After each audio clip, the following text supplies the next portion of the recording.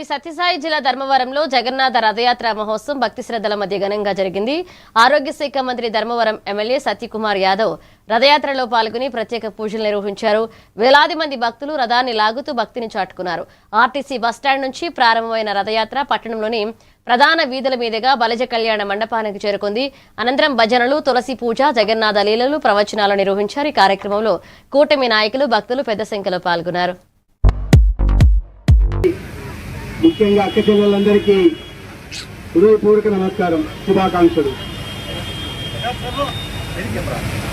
ప్రతి సంవత్సరం పూరిలో జగన్నాథ స్వామి రథోత్సవం ప్రారంభమైన తర్వాత జగన్నాథుడు, బలభద్రుడు, సుభద్రాదేవి రథాలను లాగడం, దాని తర్వాత దేశవ్యాప్తంగా అనేక ప్రాంతాల్లో కూడా జగన్నాథ రథోత్సవం చేసుకోవడం ఆనవాయితీగా ఉంది. మన ధర్మవరంలో కూడా ఇస్కాన్ సంస్థ వారి ఆధ్వర్యంలో అనేక సంవత్సరాలుగా జగన్నాథ రథోత్సవాన్ని మనం జరుపుకుంటున్నాం.